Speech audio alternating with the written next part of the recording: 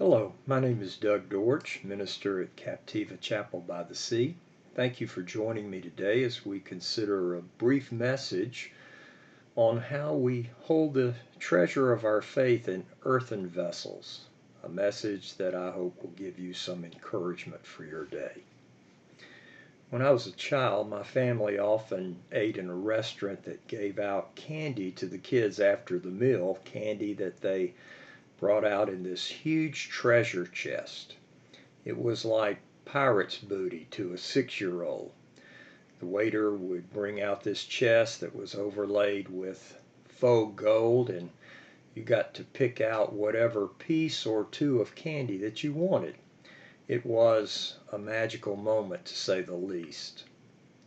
I think about that treasure chest every time I read the verse from Paul's second letter to the Corinthians, the 4th chapter and the 7th verse, where Paul is defending himself from charges of arrogance by some opponents of his in the church.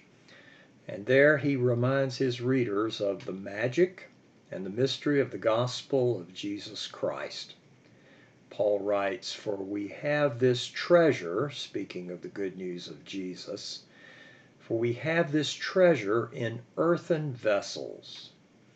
In other words, the most precious of possessions for a follower of Jesus Christ is something that God has entrusted to us who can't claim in any way to be treasure chest. No, at best we can only acknowledge that we are cracked pots.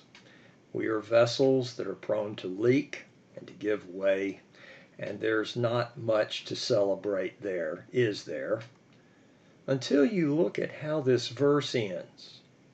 For we have this treasure, Paul says, in earthen vessels, so that this extraordinary power comes from God and not from us.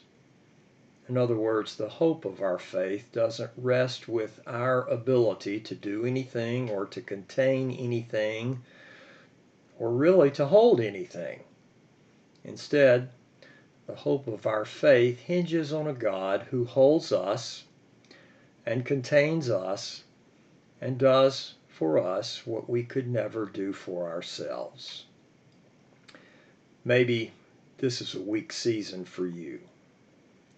Maybe you have found yourself in a place where you're not certain that you can face another challenge or hold up against another trial.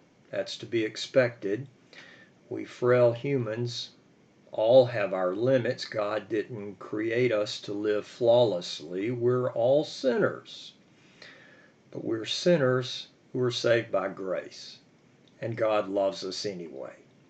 God loves you anyway.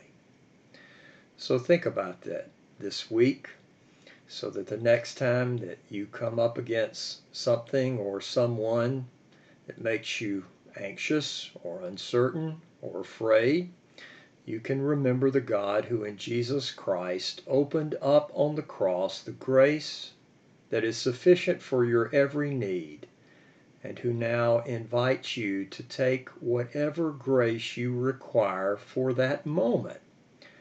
After all, there's more grace where that came from, and you never have to worry about securing it for tomorrow, because that grace will secure you. Thank you for listening today. I invite you now to look beyond yourself to the treasure that will hold you.